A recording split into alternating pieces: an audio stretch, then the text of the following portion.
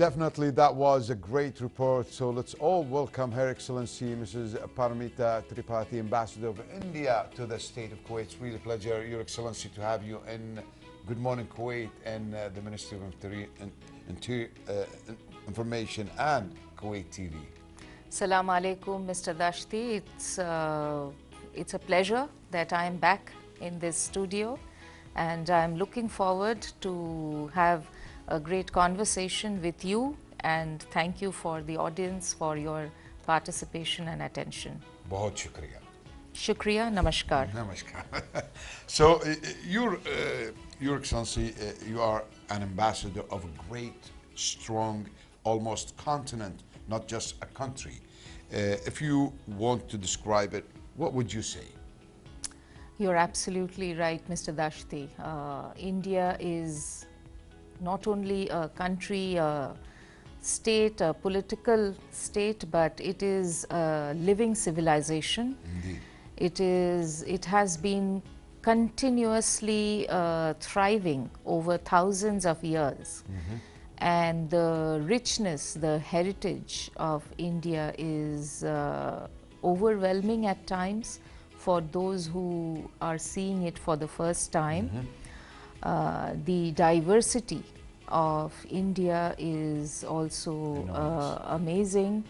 You know, we have culture and tradition and cuisine, attire changing almost every 100 kilometers in India. But so much of diversity also has helped us to have a very rich culture, a very rich tradition, and we have been able to have unity in diversity, and that is how India has become a very strong state. And the concept, the very old ancient philosophy of Vasudhaiva Kutumbakam, which means that the world is one family. That is how we look at the world. We find that it is not only India, but we are with the entire world. We interact, we exchange, we understand, and we connect with the entire world. Your Excellency, definitely well said and beautiful words to describe definitely the state of India. So despite its enormous population, its leading pioneer country in IT development, can you elaborate on that? Well, IT and India, I think, has been sort of an interchangeable word. We have become an IT superpower. They always say Indian entrepreneurs are the best in software. Yes, and it is not only software, but of course that has been one of our strongest areas. And over the last few decades, we have been a very, very strong influencer of IT, IT services, software, and all related aspects. We are having a strong foundation of a huge skilled talent pool. Absolutely. You know, we have the engineering institutes, the IITs, and also the others which have come up, which are producing engineers and skilled talent every year. And this is not only helping India, but the world. You can't tell, Your Excellency, by you see big, huge enterprises there based in India. Definitely, that shows that an indication of what you say. Exactly, and Indians, you see, are leading the top companies in other countries as well. Whether it is in the United States, in Europe, in Singapore, even in the Gulf region. And we are now seeing a lot of the GCCs, the global centers, which are now coming to India and Absolutely. they are taking advantage of the huge talent pool that we have, and setting up in places like Gurugram, in Bengaluru, and many other places. So we welcome the GCCs with our locational advantage and the demographic advantage. Indeed, Your Excellency, if you see Indian engineers, you'll see them all over the world. Silicon Valley, one of them, and in Europe, Africa, everywhere, Middle East, Northeast Asia, and definitely. So, Your Excellency, the acquaintance between our two countries goes for years and years. A lot of similarities, cuisines, tradition. What is the most distinguished when it comes to Great India in those two sectors? I think since the day I have arrived in Kuwait 7 months back, it has never ever felt, or I have never felt that I am in a strange country. It has always been that I am at home. The similarities between our cultures are immense, and it is based on the connection, the historic connection. Back in the days. It goes over centuries. When trade and ideas and people from the Gulf region, from Kuwait, they used to. There was a series, Muhammad Ali Road. It's called the Muhammad Ali Road. That's a Kuwaiti series? Yeah, there is a Kuwaiti series. Oh, I would that definitely. shows. I urge you to watch it. Yeah. And by the way, we like the chutney too. Chutney. Yeah, I went Ma'booj. to a Kuwaiti lunch and I was offered a chutney. Absolutely. Very hot, I Very must hot, say. yeah.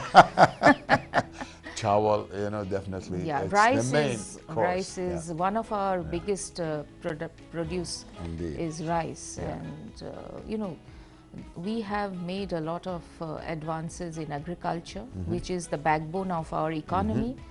And our agricultural products have come to Kuwait over centuries, and now even during the last few months, we have been able to get agricultural products, vegetables, fruits, meat to Kuwait, so that the supply chain is not hampered. Absolutely.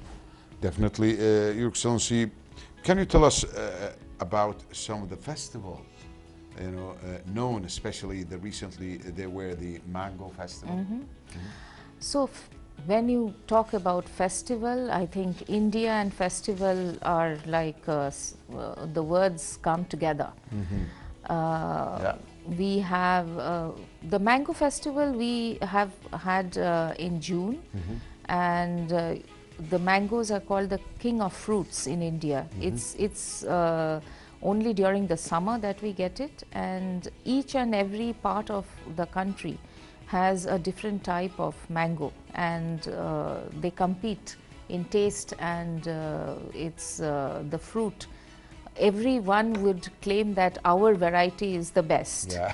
So we had at the Avenues Mall and in different restaurants like Mezal Ghanem, at St. Regis at Bukhara. But coming to festivals in general, we have the Diwali, the Deepavali, which is the festival of lights.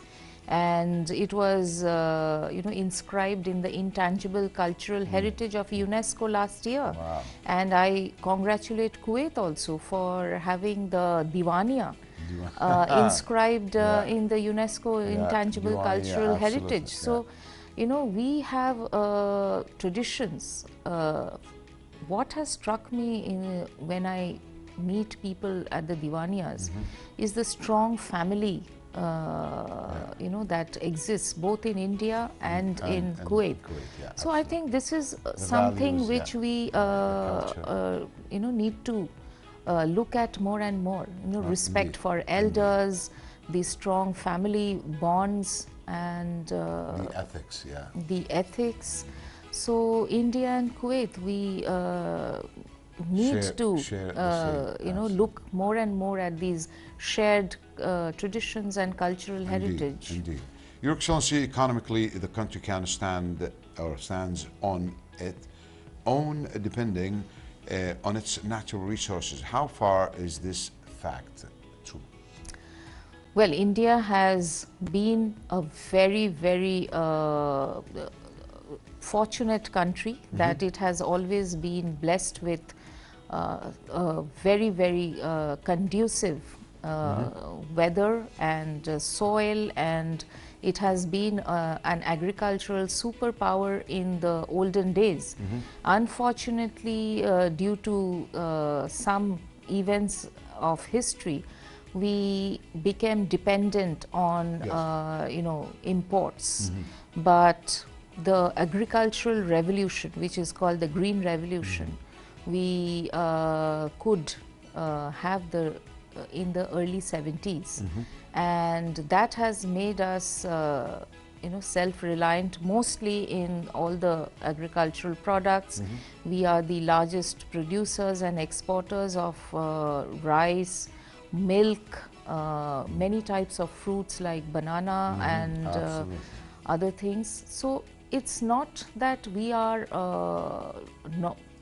looking inward when we try to have self-reliance, but as I mentioned earlier, that Vasudhaiva Kutumbakam connects us to the world, which means we see that the world is one family. And more you will see that we are signing FTAs, the free trade agreements.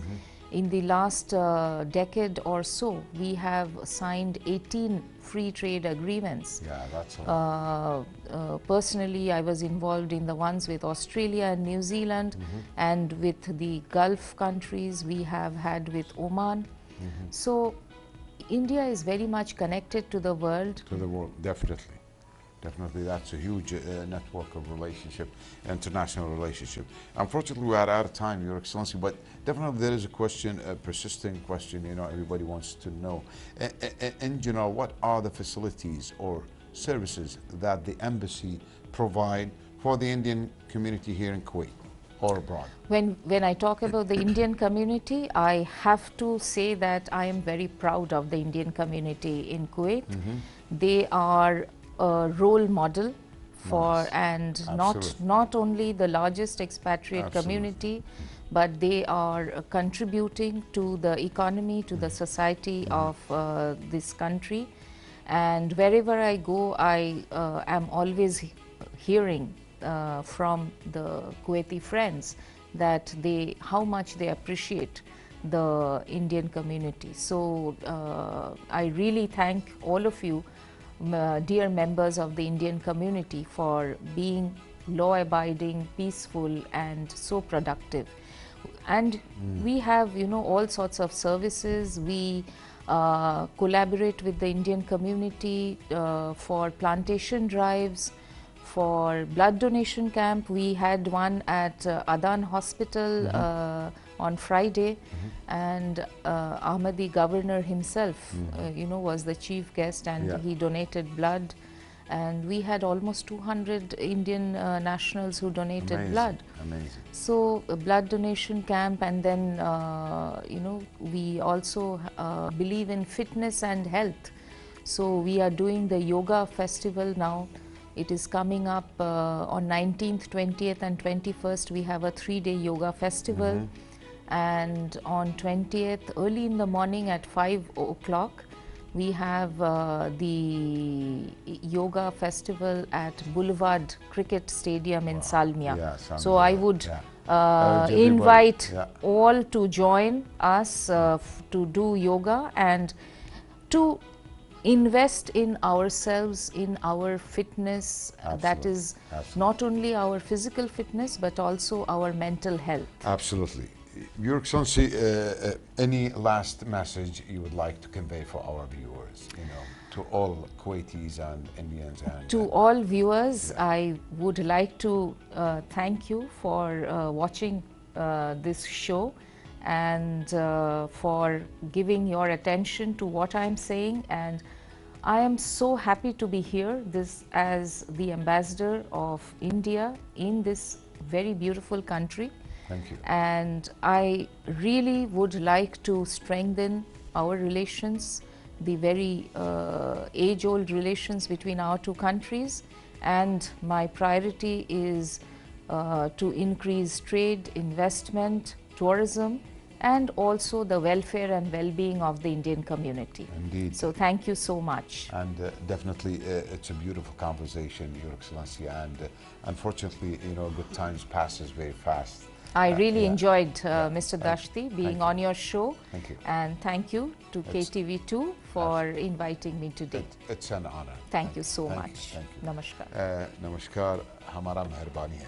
Thank you. Dhanyavad. That was Her Excellency Mrs. Paramita Tripathi, Ambassador of India to the state of Kuwait. The viewers, next we'll go for Dr. Meena Al-Kadhimi, is the founder of Private Center for Training and Scientific Consultancy, specializing in natural food, fermentation and healthy baking. She's a trainer with a focus on linking traditional food knowledge with modern nutritional science. Dr. Al-Kadhimi conducts workshops across the region and works on developing educational programs that promote sustainable food practices and microbiome awareness. In addition to her training work, she is active in community initiatives related to environment and sustainability and women empowerment. So let's watch this report.